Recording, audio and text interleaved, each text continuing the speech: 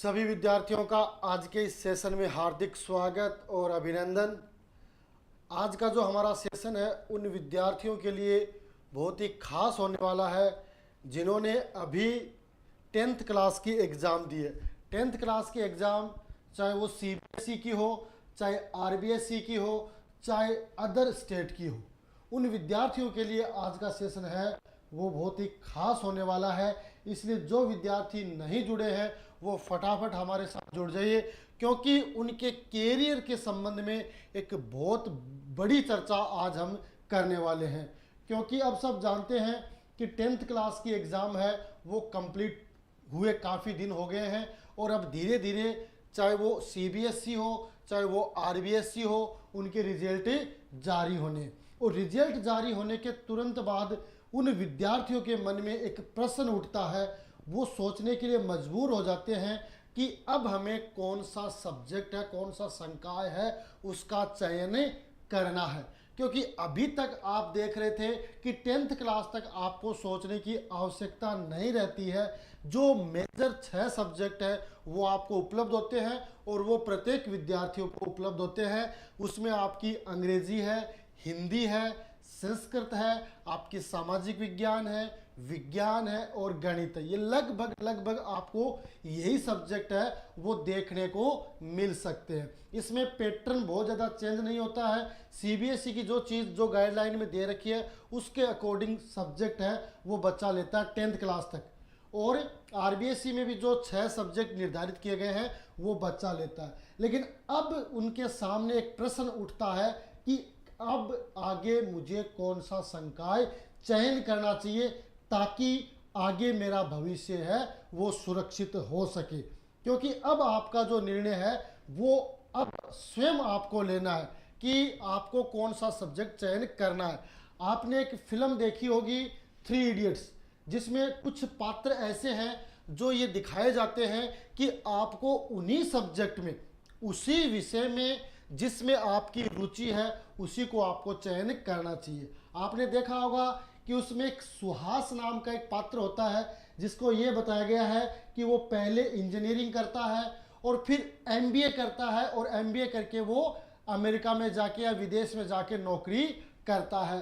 तो उसमें ये बताया गया कि जब उसे एमबीए करके बैंक में नौकरी करनी थी तो उसने इंजीनियरिंग क्यों की, है ना। ऐसे ही और जो 3 पात्र और थे जिसमें एक को इंजीनियरिंग में रुचि थी और एक था जिसको फोटोग्राफी में रुचि थी। आपने देखा होगा कि जिस व्यक्ति को जिस चीज़ में रुचि होती है, जिस विषय में रुचि होती है, उसमें वो बेहतर कर सकता है, और जिसमें रुचि होगी निश्चित रूप से वो उसी में बेहतर करेगा। लेकिन वर्तमान परिप्रेक्ष्य में हम बात करें तो अपने अभिभावक हैं, अपने जो गार्जियन हैं, उनकी इच्छाएं भी उन बच्चों के साथ जुड़ जाती है। उस फिल्म में ये दिखाया गया था कि जब बच्चा जन्म लेता है तब ही उसको कह दिया जाता है कि मेरा बच्चा डॉक्टर बनेगा, मेरा बच्चा है वो इंजीनियर बनेगा, मेरा बच्चा है वो साइंटिस्ट बनेगा, मेरा बच्चा है वो चार्टेड अकाउंटेंट बनेगा, मेरा बच्चा है वो आईएएस बनेगा। तो इस तरीके के जो अभिभावकों के जो विचार है, जो इच्छाएं होती हैं, उन बच्चों के साथ जुड़ जाती है और उन बच्चों की इच्छाएं रुचि नहीं होते हुए भी उन्हें उस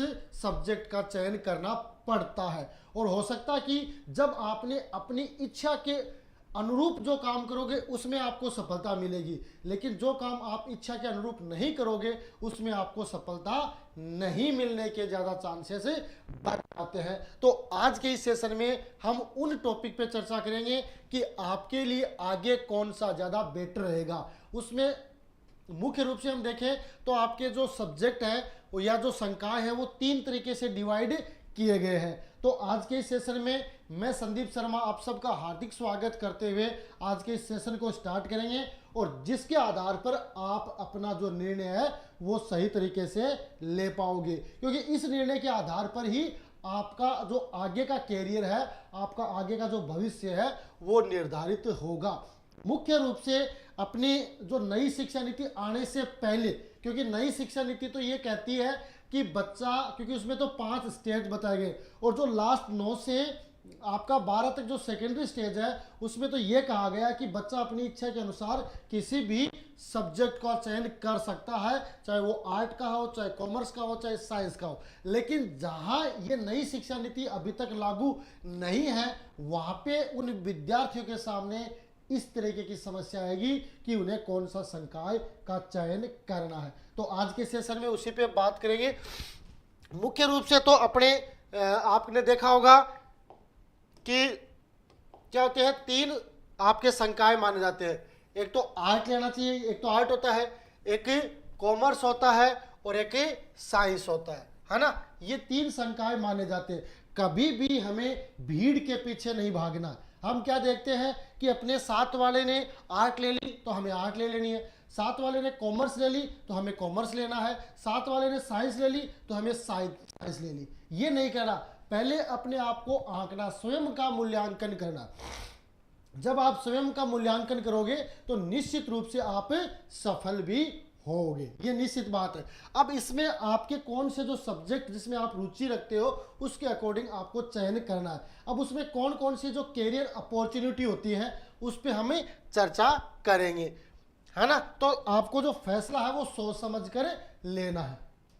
अब देखो इसमें ये एक कैरियर जो ऑप्शनल चार्ट है वो हमने तैयार किया है कि निश्चित रूप से इसके माध्यम से आप समझ सकोगे कि कैरियर जो ऑप्शनल चार्ट है, एक तो 10th स्तर का है ना, सेकेंडरी स्तर का, जिसमें मुख्य रूप से बहुत ज़्यादा जॉब नहीं आती क्योंकि इसमें आपको सेकेंडरी स्तर की जो जॉब है उसकी तैयारी तो अब आपको बाद में करनी है। लेकिन इसमें भी कुछ ऐसे हैं जैसे आप LIC एजेंट बन सकते हो, आप इंजीनियरिंग में डिप्लोमा ले सकते हो, अगर आप 10th क्लास में हो तो आप वो आर्ट टीचर है वो बन सकते हो, है ना। आप बैंक या इंश्योरेंस में आप क्लरिकल बन सकते हो, है ना, डाटा एंट्री ऑपरेटर बन सकते हो आप MIC IT करके। लेकिन ये तो 10th क्लास के आधार पर जॉब है। अभी हम जॉब की बात नहीं करेंगे, हम 12वीं के आधार पर कौन कौन से जॉब है उन पे हम चर्चा करेंगे। तो देखो ये होता आपका 12th। अब 12th में मैंने आपको बताया था कि इसमें 3 पोर्शन माने जाते हैं। एक तो आपका कॉमर्स होता है, एक आपका साइंस होता है और एक आपका आर्ट्स होता है ना। इन तीनों पर हम चर्चा करेंगे और फैसला फिर आपका होगा कि आपको कौन सा सिलेक्शन है करवाना है। देखो इसमें देखो पहले हम बात करें कि अगर आप कॉमर्स का चयन करते हो, अगर आप कॉमर्स का चयन करते हो यानी आपको 11वीं में कॉमर्स लेनी है, तो उसमें आपको पता है कि उसमें कॉमर्स में मुख्य रूप से आपके 3 सब्जेक्ट हो जाएंगे। कौन कौन से? एक तो हो जाएगा आपका अकाउंटेंसी जिसे लेखा शास्त्र कहते हैं, दूसरा हो जाएगा आपका बिजनेस स्टडीज और तीसरा हो जाएगा आपका इकोनॉमिक्स। ये 3 सब्जेक्ट इसमें हो जाएंगे। अब इनमें इकोनॉमिक्स के साथ कई जगह कंप्यूटर भी चलता है, कई जगह कॉमर्स मैथ भी चलती है। तो मुख्य रूप से ये 3 सब्जेक्ट होते हैं। इन 3 सब्जेक्ट के आधार पर आप अपना करियर है उसको आप बिल्डअप करोगे, है ना। तो अब इसमें आप क्या क्या बन सकते हो, है ना। तो देखो अगर आपने 12वीं का कॉमर्स का आपने चयन किया है तो उसमें कुछ अपॉर्चुनिटी आपके पास हो सकती है कि आप एक तो डिप्लोमा ले लो, diploma in travel and tourism में, ये आपके लिए उपलब्ध रहेगा। आप लेबोरेटरी टेक्नीशियन डिप्लोमा ले सकते हो, आप LIC एजेंट है वो बन सकते हो, आप होटल मैनेजमेंट से रिलेटेड डिप्लोमा भी ले सकते हो। लेकिन मुख्य जो मेजर होते हैं उसमें अगर आपने 12वीं में कॉमर्स है आपके, तो सबसे बड़ी जो जॉब कॉमर्स के लिए मानी जाती है वो होती है आपकी CA। क्या है? आप CA बन सकते हो। जिस बच्चे की मान लो CA की एबिलिटी नहीं है तो वो 3 साल का जो 12वीं के बाद BCom है वो कर सकता है, और BCom करने के बाद उसके सामने बहुत सारे ऐसे जॉब आ सकते, ऐसे बहुत सारे कोर्स आ सकते हैं। BCom करने के बाद वो MBA कर सकता है ना। और जो बैंक या इंश्योरेंस जो डेवलपमेंट एग्जाम है उनसे रिलेटेड है वो तैयारी कर सकता है, LLB कर सकता है, CA कर सकता है। अगर वो टीचर बनना चाहता है तो वो B.Ed कर सकता है, BCom के बाद M.Ed कर सकता है और टीचर बन सकता है। इसके अलावा वो बैचलर ऑफ लाइब्रेरी साइंस में अगर लाइब्रेरियन में उसकी इच्छा है तो वो 12वीं के बाद या तो वो C.Lib कर ले यानी सर्टिफिकेट इन लाइब्रेरी साइंस, या D.Lib कर ले डिप्लोमा इन लाइब्रेरी साइंस, या बी लिब कर ले बैचलर ऑफ लाइब्रेरी साइंस, या एम लिब कर ले मास्टर ऑफ लाइब्रेरी साइंस का भी इसमें ऑप्शन होता है ना। इसके अलावा वो CS का जो कोर्स है वो भी कर सकता है। इसके अलावा जो MCM है, कंप्यूटर कोर्सेज है, इंडियन मिलिट्री एकेडमी है, उन सब के लिए वो तैयारी कर सकता है। तो कॉमर्स में भी खूब सारे जॉब है, चाहे गवर्नमेंट सेक्टर में हो चाहे वो प्राइवेट सेक्टर में हो, उनके लिए वो तैयारी कर सकता है। लेकिन बशर्ते यही होना चाहिए कि जिस सब्जेक्ट को आप चुनो उसमें आपका इंटरेस्ट होना चाहिए, उसमें आपकी कमांड होनी चाहिए। ठीक है, तो ये हो गए कॉमर्स से रिलेटेड। दूसरा एक और मेजर संकाय होता है वो आपका होता है आर्ट्स। आर्ट्स में आप कौन कौन सी जो जॉब है जिनको प्रेफरेंस करते हो। आर्ट्स में आपके सब्जेक्ट खूब सारे हैं। आप में जिसमें आपको मिलेगा हिस्ट्री मिलेगी, जिसमें आपको पॉलिटिकल मिलेगा, जिसमें आपको ज्योग्राफी मिलेगा, जिसमें आपको होम साइंस मिलेगी, जिसमें आपको इंग्लिश लिटरेचर मिलेगा, जिसमें आपको हिंदी लिटरेचर मिलेगा, जिसमें आपको संस्कृत लिटरेचर मिलेगा यानी लैंग्वेज से संबंधित, जिसमें आपको सोशोलॉजी मिलेगी, है ना, जिसमें आपका मनोविज्ञान होगा, यानी खूब सारे सब्जेक्ट है वो आर्ट्स में भी है। अब इन 3 सब्जेक्ट में आपको इन सारे सब्जेक्टों में से सिर्फ आपको 3 सब्जेक्ट है उनका चयन करना होता है, और उसके आधार पर आप क्या क्या कर सकते हो कि 12वीं के बाद आप DLD कर सकते हो, यानी जिसको BSTC कहते हैं। क्या कहते हैं? BSTC कहते हैं, लेकिन अभी नाम उसका दे दिया DLED, है ना। ये आप कर सकते हो जो टीचर के लिए पात्र मानी जाती है। इसके अलावा आप LLB कर सकते हो, है ना। इसके अलावा आप फैशन डिजाइनिंग का कोई डिप्लोमा कर सकते हो। इंटीरियर डिजाइनिंग है उसके संबंध में आप डिप्लोमा कर सकते हो। आप 12वीं में अगर आर्ट है लेकिन उसके बाद भी आप BBA MBA भी कर सकते हो, है ना। ये खूब सारे इसमें ऑप्शन आपको दे रखे। इसके अलावा कोई जर्नलिज्म का कोर्स है वो भी आप कर सकते हो। इसके अलावा आप IAS है, RAS है, उसकी तैयारी भी कर सकते हो। IAS और RAS की तैयारी तो है वो कोई भी कर सकता है, चाहे वो आर्ट्स से हो, कॉमर्स से हो, साइंस से हो, किसी से भी हो। उसमें जो क्वालिफिकेशन है वो ग्रेजुएशन निर्धारित की गई है, तो उसमें कोई भी बंदा है वो शामिल हो सकता है। तो इस तरीके से खूब सारे आपके जॉब है वो आर्ट्स में भी मिल जाते हैं। जिस प्रकार कॉमर्स में है उसी तरीके से आर्ट्स में भी जॉब आपके लिए ऑफर होते हैं। एक आता है आपके लिए 12वीं में अगर आपकी साइंस है, 12वीं में साइंस में 2 चीज चलती है, तो PCM और एक PCB और एक PCMB, दोनों चलते हैं। देखो ये है आपका विद PCB यानी फिजिक्स, केमिस्ट्री, मैथ और बायोलॉजी। अब इसमें क्या क्या आप कर सकते हो?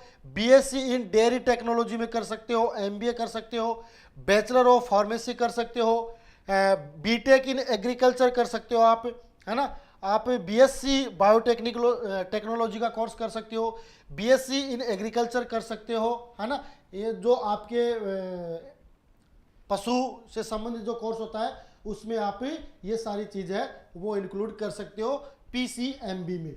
और एक होता है आपका PCB यानी फिजिक्स, केमिस्ट्री और बायोलॉजी। ये भी एक कोर्स है जिसमें आप 12वीं के पास इसमें भी जो आपकी साइंस है उसमें आप DLD यानी टीचर बनना चाहते हो तो आप 12वीं के तुरंत बाद BSTC कर लो, जिसे DLD कहा जाता है, वो कोर्स कर लोगे तो आप जो गवर्नमेंट में L1 के जो टीचर है उसके लिए आप पात्र हो जाते हो।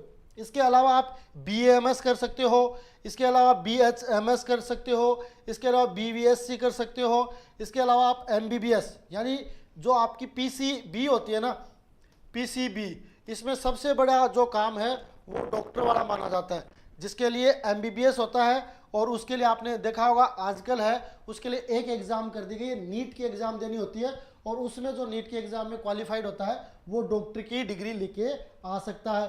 BSc नर्सिंग कर सकते हो, डिप्लोमा इन नर्सिंग कर सकते हो, BSc होम साइंस से कर सकते हो। इसके अलावा आप BSc है, MSc है, ये सारी डिग्री लेके आप MPhil कर सकते हो, PhD भी कर सकते हो। यानी खूब सारे जो डिग्रियां हैं वो आपको इस PCB में भी मिल जाती है। ठीक है, एक आता है लास्ट इसमें विद PCM यानी फिजिक्स, केमिस्ट्री और मैथ, है ना। अब मैथ में जिसके है तो वो नेवी में है वो आप जॉब के लिए अप्लाई कर सकता है, एयरफोर्स में जॉब के लिए अप्लाई कर सकता है, NDA है, NDA की वो तैयारी कर सकता है, जिसके लिए जो नेवी है, जो आपकी आर्मी है, एयरफोर्स है, उसके में डायरेक्ट भर्ती NDA के द्वारा वो हो सकता है। ठीक है, इसके बाद आप बैचलर ऑफ एग्रीकल्चर आर्किटेक्ट की डिग्री ले सकते हो, है ना। Bachelor of planning and designing की डिग्री ले सकते हो, है ना। इसके अलावा आप एमबीए भी कर सकते हो। इसके अलावा आप कोई गवर्नमेंट जो कॉन्ट्रैक्टर होता है जिसमें सिविल और इलेक्ट्रॉनिक्स इससे रिलेटेड डिप्लोमा लेके आप क्या कर सकते हो, वो काम कर सकते हो। इसके अलावा आप आरएएस और आईएएस की भी तैयारी कर सकते हो। तो ये एक छोटे रूप में, एक प्रपत्र के रूप में, जिसके द्वारा आप आसानी से समझ सकते हो कि आपको कौन सा जो संकाय है वो लेना है, कौन सा सब्जेक्ट लेना है।